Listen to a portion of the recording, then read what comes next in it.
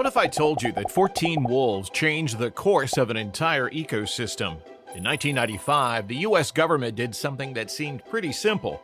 They took 14 Canadian wolves and released them into Yellowstone National Park. Interesting. What followed wasn't just the restoration of a species, it was the transformation of an entire ecosystem. That's awesome. The revival of a dying landscape, and an economic miracle that would eventually save America $94 billion. But to understand how 14 wolves managed to do all this, we need to go back to when everything started going wrong.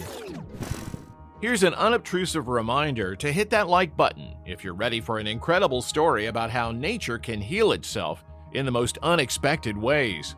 Let's start in the early 1900s.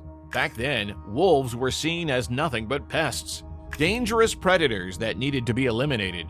The US government actually had official wolf killers, people whose job was literally to just shoot, trap, or poison every wolf they could find. That's fucked. And they were really good at their jobs. By 1926, the last wolf pack in Yellowstone had been killed. People celebrated this as a victory. That's terrible. They had no idea what they'd just done. But here's where it gets really interesting. At first, everything seemed fine. Sure, there were no wolves, but who needs wolves, right? Wrong. Over the next few decades, things started going terribly wrong. But so slowly that at first, nobody noticed. It was like watching a train wreck in slow motion. Without wolves, the elk population exploded. And I mean exploded. By the 1990s, there were about 19,000 elk in Yellowstone's northern range alone. These elk basically turned into living lawnmowers, eating every young tree and bush they could find. Aspen trees, willows, cottonwoods, nothing stood a chance. Saplings would sprout in the spring, and by winter, they'd all be gone. But wait, I hear you asking, couldn't they just hunt the elk to control the population? They could. Well, they tried. But here's something fascinating. Wolves don't just kill elk, they change how elk behave. This is something scientists call the ecology of fear, and it's way more important than anyone realized. When there are no wolves around, elk can just stand in one place, munching away until they've eaten everything. It's like teenagers raiding a refrigerator when their parents are away for the weekend. But with wolves present, elk have to keep moving, stay vigilant, avoid certain areas. They can't just hang out by rivers and streams all day, eating all the young trees. By the early 1990s, Yellowstone was in serious trouble. The park's ecosystem was collapsing, but most visitors had no idea. They'd see the beautiful mountains, the geysers, the elk everywhere, and think everything was perfect. But scientists were watching a different story unfold. The decision to bring back wolves wasn't an easy one. Ranchers fought against it, worried about their livestock. Hunters weren't happy either. They thought wolves would decimate the elk population they relied on. Some locals even spread rumors that the government was planning to release super wolves, specially bred killing machines. Dude, they're out there. Imagine the stuff that's in the laboratories that they're creating. That would terrorize the entire region. But here's something most people don't know. The wolves chosen for reintroduction were carefully selected. They picked wolves from Canada because these wolves were used to hunting the same prey they'd find in Yellowstone. Nice. They choose wolves from different packs to ensure genetic diversity. And get this, they even looked for wolves that had never had conflicts with. Are they not cute? How they just like hop around like that? Humans or livestock. The actual reintroduction was like something out of a movie. In January 1995, 14 wolves were brought in, each one carefully sedated and transported in separate crates. The wolves were kept in acclimation pens for several weeks, allowing them to get used to their new home while still being protected. When they were finally released, nobody knew if they'd stay in the park or just run away. Not only did they stay, but they thrived. And this is where the story gets really interesting. Each wolf pack developed its own personality, its own hunting style, even its own family drama that researchers could follow. Like, what up, Hamdingus 911? Woo! Yo, it's going pretty good. We're watching some stuff about wolves, and then I'm looking at the Young Thug drama over here. We're about to get in there. Animal soap opera. What's up with Take you? The Druid Peak Pack, for example. They became the most famous wolf pack in Yellowstone's history. Led by a wolf known as 21M, nicknamed the Gentleman, this 21M, pack grew dude. to 37 members, the largest ever recorded in the park. Wolf 21 became legendary not just for his size and strength, but for his unusual behavior. He never killed defeated rivals, adopted orphaned pups, and stayed with the same mate for life. When his mate... I love how animals have personalities. That's why, I don't know, dude. I gotta get back to stop eating meat, I feel like. There's just too much energy. I just don't want to support the industry. died, he stopped eating and died shortly after. Even scientists who try to avoid anthropomorphizing animals admitted this was something special. But the wolves didn't just create interesting stories. They started changing everything around them. And I mean everything. Scientists call it a trophic cascade. But really, it was more like ecological dominoes, falling in ways nobody had predicted. First, the elk population started dropping. Damn. But not just because wolves were hunting them. The elk actually started behaving differently. Oh, I bet. They avoided valleys and gorges where they That's could be... like they were enjoying their sweet time and they dropped off all these wolves and just absolutely crashed their party. That's too funny. easily trapped. They spent less time by rivers where wolves could ambush them. This meant that in these areas, young trees could finally grow without being eaten. Within just a few years, Wow. new aspen, willow, and cottonwood trees were sprouting up along rivers. But this wasn't just about trees growing. It was the start of something much bigger. Those trees stabilized riverbanks, preventing erosion. This actually changed the rivers themselves. They became less wandering, more stable, and clearer. The Whoever thought of this is genius. changes in Yellowstone's rivers were just the beginning. With more trees along the riverbanks, beavers started coming back. Now, this is where things get really fascinating. In 1995, there was only one beaver colony in the park. By 2012, What? there were 9. Today, there are so many that scientists have trouble keeping count. And beavers, it turns out, are That's a good 30 years. nature's engineers. Every beaver dam created new wetland habitat. These wetlands attracted Love it. more species: frogs, fish, birds, insects, and even otters. The dams You got to consider everything, guys. No matter how small something is, it affects things so greatly. also help prevent erosion and filter water, making the rivers cleaner. They even help during droughts by holding water in the landscape longer. But here's something nobody expected. The wolves started affecting the bears. How? Well, when wolves make a kill, they don't eat everything. They leave behind what scientists call wolf kills, basically leftover elk carcasses. These leftovers became a crucial food source Holy for all shit. sorts of animals, including grizzly bears. And it gets even more interesting. Dude, they're just Remember- out there. It's almost like the wolf came in and they're like policing the park. Shit was getting out of control and they like trimmed everything down, opened stuff up, left food. Pretty cool. Remember those berries I mentioned the elk were eating? With fewer elk around, berry bushes started growing back. More berries meant more food for bears, especially in late summer when they're preparing for hibernation. Scientists found that Yellowstone's grizzly bears now get a significant portion of their diet from berries. Berries that wouldn't exist without wolves. And here's something that will really blow your mind. In 2017, scientists discovered that wolves might even be affecting Yellowstone's supervolcano. Yeah, you heard that right. Before wolves returned, the overgrazing elk were compacting the soil so much that it affected Dude, these how big-ass underground elk heat were just- dispersed. The elk were just eating everything, shitting everywhere in the river, just polluting everything. Just taking over. When wolves changed elk behavior and vegetation started growing back, it actually helped the soil become less compacted. This allowed underground heat to disperse more evenly. Now, this doesn't mean wolves are preventing a volcanic eruption, but it shows just how deep their influence goes. Literally. Scientists studying the park's geothermal features never expected that the return of a predator could affect something as fundamental as how heat moves through the ground.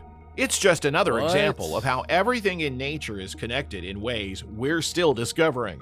Even Yes, the coyotes were. guys, and we're a huge part of that. We can either help creating or we can destroy the cycle. So be conscious of how you affect things. Affected. though not in a way they probably appreciated. Before wolves returned, coyotes were the top dog in Yellowstone. They had no competition. But wolves don't like coyotes at all. The wolf pack started killing coyotes and driving them out of certain areas. The coyote population dropped by 50%. This might sound bad, but it had some surprising benefits. With fewer coyotes around, populations of small mammals started increasing. More mice and voles meant more food for hawks, owls, foxes, and weasels. The whole food web became more complex and more stable. Now, let's talk about that $94 billion, because this is where the story gets really interesting from an economic perspective. When scientists started calculating the economic benefits of all these changes, they had to consider things nobody had thought about before. First, there's tourism. Wolf watching alone brings in about $35 million per year to the communities around Yellowstone. People come from all over the world just to see these wolves. Some dedicated wolf watchers spend thousands of dollars on special equipment just to observe them from a distance. But that's just the beginning. The recovering forests capture and store carbon dioxide, a service that's worth billions in terms of climate change mitigation. The healthier rivers and streams reduce water treatment costs for surrounding communities. The restored wetlands help prevent flooding and provide natural water storage. And here's something really unexpected. The wolves are even saving money on road maintenance. How? Well, with fewer elk hanging around on riverbanks, there's less erosion. Less erosion means more stable ground, which means roads and bridges last longer and need fewer repairs. But not everything has been perfect. Okay, we're generally speaking that $94 billion for the future. The wolf reintroduction program has faced its share of challenges. In 2012, something happened that sparked international outrage. Wolf 832F, known to countless tourists and researchers as 06 for the year she was born, was legally shot just outside the park's boundary. This wasn't just any wolf. She was often called the most famous wolf in the world. She could take down an elk by herself, led her pack with remarkable skill, and had been featured in countless documentaries. When she died, she had 3 GPS collars on her because so many different research projects were studying her. Her death highlighted one of the biggest challenges in wolf conservation. What happens when wolves leave the park?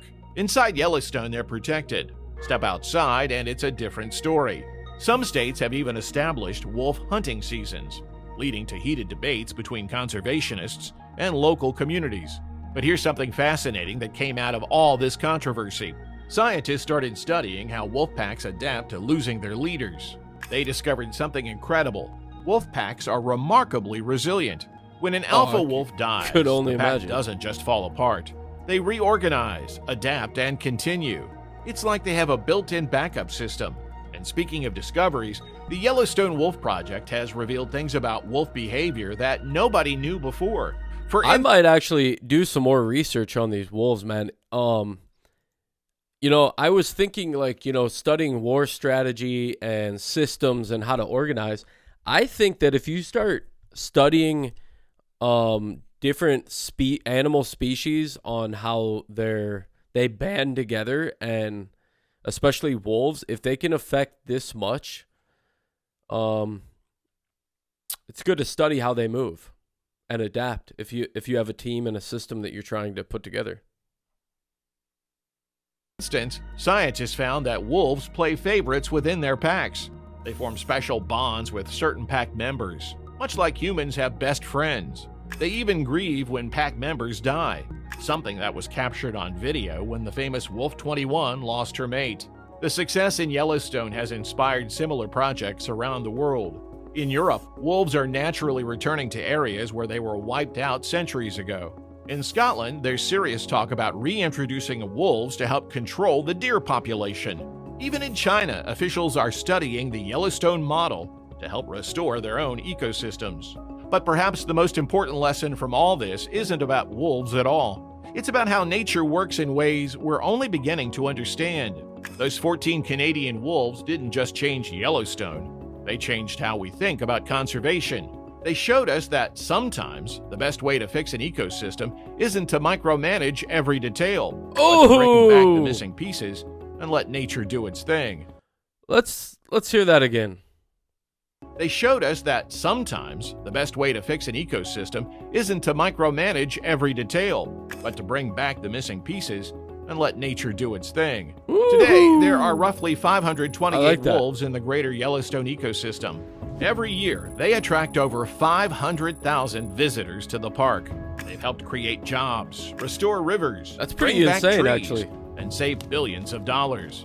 Not bad for 14 wolves that nobody wanted back in 1995. You know what's really ironic? What? Some of the ranchers who initially opposed the wolf reintroduction now admit it's helped their land. The healthier ecosystem means better grazing. I'm loving all the AI footage For their cattle. Some have even developed successful wolf watching businesses on their properties. Talk about turning enemies into allies. Scientists are still discovering new effects of the wolf reintroduction. Just last year, they found that wolves might be helping protect other species from disease by removing sick animals from the population. Dude, I bet basically they're like a good virus. Nature's quality control system. You made it to the end of this incredible story about how 14 wolves managed to transform an entire ecosystem and save billions of dollars in the process. If you learned something new about how nature can heal itself when we give it a chance, don't forget to hit that like button. And maybe next time someone tells you one small change can't make a difference, tell them about the wolves of Yellowstone. Love it, we'll and see I you will. next- Trust me, I'm gonna bring that up every single time. Because it's really important. One little bit change in your routine or system, your ecosystem. Remember, each of us individually have our own ecosystem. This video actually inspired me to stop studying human behavior. I think that for the most part, it's pretty easy to understand human behavior. For myself, I feel like I was a little bit gifted with understanding and being able to call out bullshit. I think studying animal behavior, nature behavior, other than humans, is crucial to learning to understand ourselves, especially nature. That's where my whole idea of the seasons, my theory about how there's four seasons in the year, okay? The first 3 months is your birth. The second 3 months is your work period. The third 3 months is your reward, and the fourth 3 months is your death period, and then it goes rebirth, work, reward, death, over and over and over, just like it's spring, summer, fall, winter, over and over and over again. Just like a seed, the reward period is like the harvest period. So that I came to that conclusion, and I pretty much base my life off of that, and it keeps my mind steady to actually navigate and know where I am in the processes with anything I put myself into. Right now, I'm in my death period, and I'm shedding a lot right now. I'm shedding everything that I worked for that does not serve me this year, and that's okay. And I will re-enter into my rebirth period where I will gain and start new projects. So it keeps me really, really focused on saying, hey, this year, for my rebirth period, I'm going to focus on this. And then for the first 3 months, I learn how to do those things. And then for the second, third month, I work on it hard because now I have the tools. I know what I'm doing. And then the third 3 months is like the reward of your work. And usually what the reward is not like, oh, here's a bunch of money. It's you now have mastered, after the first 3 months of learning what to do, the second 3 months of exercising it, and then the third 3 months is you putting it into motion seamlessly because now you know what to do. And the death period is you like shedding it also, like it just pouring out of you, and the good stays, the bad leaves, and then the rebirth, you start a whole new chapter with a new mission. But you have to successfully get through that as the system. So a lot of times it starts with the new year. A lot of times it starts with your birthday. The way that I figured this out was by, funny as it sounds, was by looking at my Facebook memories, because I started to look, the last 10 years, I did art in this period. Every single season I was doing art. It's like, what? Every single season at that point, like every August, I would be like, I did art. Memory. I did music. Memory. Same exact day, same exact time. So I think a big part of even us being on Earth is to recognize our cycles. Everything's going in a cycle. And the hero's journey, the samsara, you break out of that. You have to realize it, master it, break free of it, and move on. Break the layer, break the level, break the layer, break the level. But you have to become conscious of it. You see yourself daily doing the same thing. How am I getting myself in the same situation? Why am I getting the same reaction from people? Like, it's because you're still stuck in the cycle. You haven't mastered it.